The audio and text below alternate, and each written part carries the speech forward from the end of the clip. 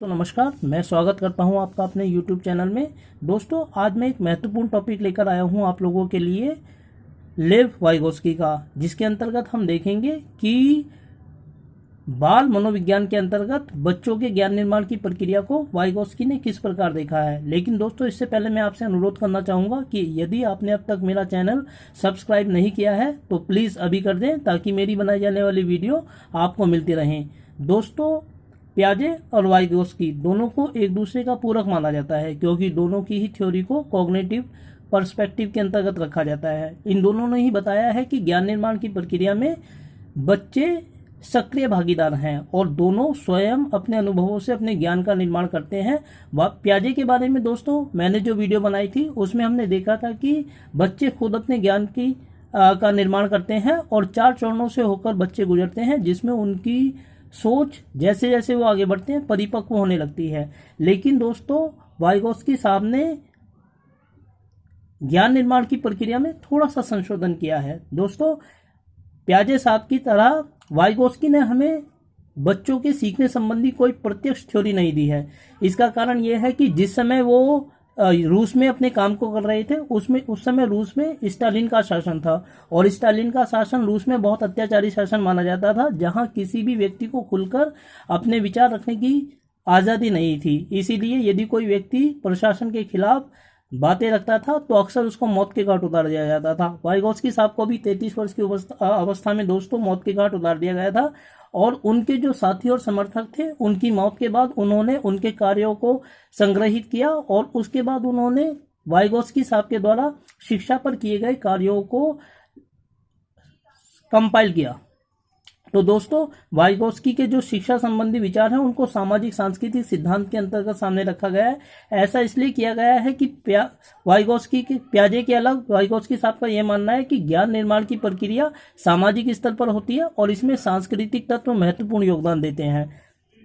उदाहरण के लिए, पियाजे साहब का यह मानना था कि बच्चे सहज रूप से सीखते हैं और ज्ञान निर्माण की प्रक्रिया में जैसे जैसे वो आगे बढ़ते हैं वैसे वैसे वो सीखते रहते हैं। लेकिन वाइगोस्की साहब ने बताया था दोस्तों कि ज्ञान निर्माण की ये प्रक्रिया सहज रूप से नहीं होती है, बल्कि संस्कृति के वयस्क लोग हमें इसमें योगदान देते हैं, और संस्कृति में वयस्क लोगों द्वारा बच्चों को दिए गए सहयोग को इसका फोल्डिंग के नाम से उन्होंने दिखाया है। इसके फोल्डिंग का मतलब दोस्तों ये होता है कि जो हमारी संस्कृति के वयस्क हैं, या कहें कि जो हमारे माता पिता हैं, टीचर हैं, बड़े भाई वगैरह हैं, वो हमें सिखाते हैं और उनका सहयोग पाकर जो हम सीखने की प्रक्रिया में आगे बढ़ते हैं उसे इसका फोल्डिंग कहा जाता है। और इस पूरी प्रक्रिया को जिसके द्वारा बच्चा सीखता है, बड़ों का सहयोग पाकर उसके सीखने की संभावना अधिक हो जाती है, वो ज्यादा सीख सकता है। इस प्रक्रिया को या इस पूरे प्रोसेस को जोन ऑफ प्रॉक्सिमल डेवलपमेंट का नाम दिया गया है।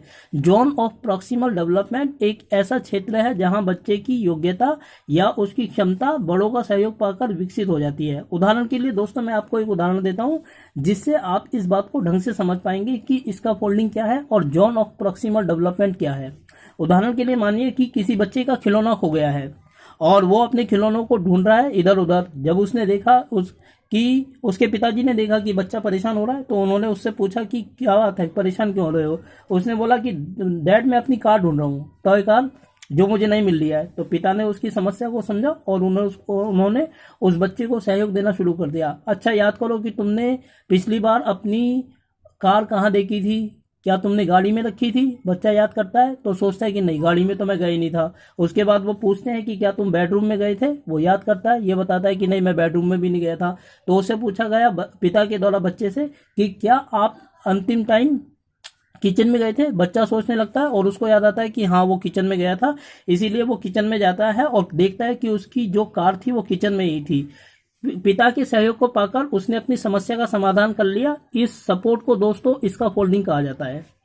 इसके बाद ये कि मान लीजिए दोबारा उसकी कार खो जाती है और वो इसी प्रक्रिया को दोबारा दोहराता है, लेकिन इस बार वो अपने पिता के साथ नहीं बल्कि खुद इस प्रक्रिया को दोहरा रहा है कि मेरी कार नहीं मिल रही है, पता नहीं मैंने कहाँ रखी होगी। चलो मैं ये याद करता हूँ कि आखिरी बार मैं कहाँ गया था, बेडरूम में गया था, किचन में गया था, डाइनिंग रूम में गया था। जैसे ही वो अपने आप से इस बात करेगा वैसे वैसे उसके कार्य करने की, सोचने की क्षमता विकसित होती है, क्षेत्र विकसित होता है। इसी क्षेत्र को कहा जाता है जो दोस्तों zone of proximal development, ZPD, संभावित विकास का क्षेत्र। दोस्तों ये वो क्षेत्र है जिसके अंतर्गत बच्चे की क्षमताएं विकसित होती हैं समस्याओं का समाधान ढूंढने में, और इसके लिए बड़ों का सहयोग बहुत जरूरी होता है। इस बड़े के सहयोग को प्याजे साहब ने अपनी थ्योरी में कोई स्थान नहीं दिया है, लेकिन वाइगोस्की साहब ने बताया है कि किसी भी संस्कृति के वयस्क लोग जो होते हैं वो संस्कृति के सांस्कृतिक तत्वों को अपने बच्चों को सिखाते हैं। इसीलिए स्कैफोल्डिंग और जोन ऑफ प्रॉक्सिमल डेवलपमेंट दोनों ही बड़े महत्वपूर्ण तत्व हैं लेव वाइगोस्की की थ्योरी के। दोस्तों वाइगोस्की साहब ने जो कार्य किया था उसको अक्सर भाषा से भी जोड़कर देखा जाता है, और भाषा से जोड़कर जो देखा जाता है उसके अंतर्गत बच्चे में भाषा जिस तरीके से विकसित होती है उस रूप में हम देख सकते हैं। बच्चों शुरुआत में क्योंकि उसने अपने पिता के सहयोग से अपनी कार को ढूंढने का प्रयास किया था और इसको स्कैफोल्डिंग कहा गया था। इससे बच्चे में वर्बल थॉट यानी भाषिक क्षमता विकसित होती है, बोलकर बोलने की क्षमता।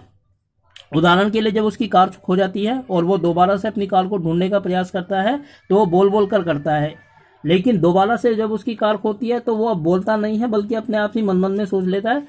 इसको प्राइवेट स्पीच कहा जाता है। अंततः यह होता है दोस्तों कि बाद में अगर उसकी कार खोती है तो वो बिना बोले मन ही मन सोचना शुरू कर देता है। इसको साइलेंट इनर स्पीच कहा जाता है। तो दोस्तों वाइगोस्की साहब का मानना था कि बड़ों का सहयोग बच्चों के विकास के लिए अत्यंत आवश्यक है, क्योंकि इनके सहयोग से बच्चे के समस्या के समाधान करने की क्षमता और साथ ही सीखने की क्षमता बढ़ जाती है। इसीलिए उनका मानना था कि सीखने की यह प्रक्रिया सामाजिक स्तर पर होती है और इसमें सांस्कृतिक तत्व भी शामिल होते हैं। इसीलिए उनकी थ्योरी को नाम दिया गया है दोस्तों सामाजिक सांस्कृतिक थ्योरी। दोस्तों मैं उम्मीद करता हूं कि आपको ये वीडियो पसंद आई होगी। अगर मेरी वीडियो आपको पसंद आई तो लाइक कीजिए, शेयर कीजिए और सब्सक्राइब कीजिए, और ऐसी ही वीडियो के लिए मेरे चैनल से बने रहिए दोस्तों। धन्यवाद।